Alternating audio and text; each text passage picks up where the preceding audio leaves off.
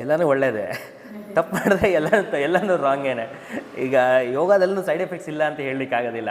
ತಪ್ಪು ಅಭ್ಯಾಸಗಳು ಸರಿಯಾಗಿ ತಿಳ್ಕೊಳ್ದೆ ಹೆಂಗಂದ್ರೆ ಹಂಗೆ ಮಾಡ್ತು ಅಂದರೆ ಅದರಲ್ಲೂ ಸಹ ಇಂಜುರೀಸ್ ಆಗೋ ಚಾನ್ಸಸ್ ಇರುತ್ತೆ. ಎಲ್ಲದರಲ್ಲೂ ಸಹ ಪ್ಲಸ್ಸು ಇದೆ, ಎಲ್ಲದರಲ್ಲೂ ಸಹ ಮೈನಸ್ಸು ಇದೆ.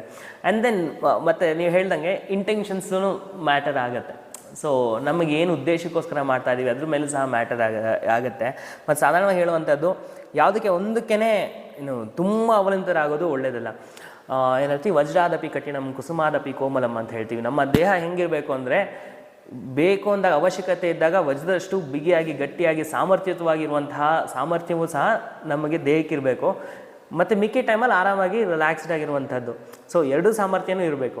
ಮತ್ತು ಸಾಧಾರಣ ಏನಾಗುತ್ತೆ ಅಂದರೆ ಜಿಮ್ ಅಂದಿದ ತಕ್ಷಣ ಪೂರ್ತಿ ಬಿಗ್ಗಾಗಿ ಹಿಂಗೆ ಹೋಗೋದು.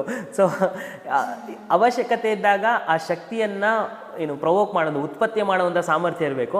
ಅವಶ್ಯಕತೆ ಇದೆ ಇಡೀ ದೇಹ ವಿಶ್ರಾಂತಿಯುತವಾಗಿರಬೇಕು ಅಂತ ಹೇಳ್ತೀವಿ.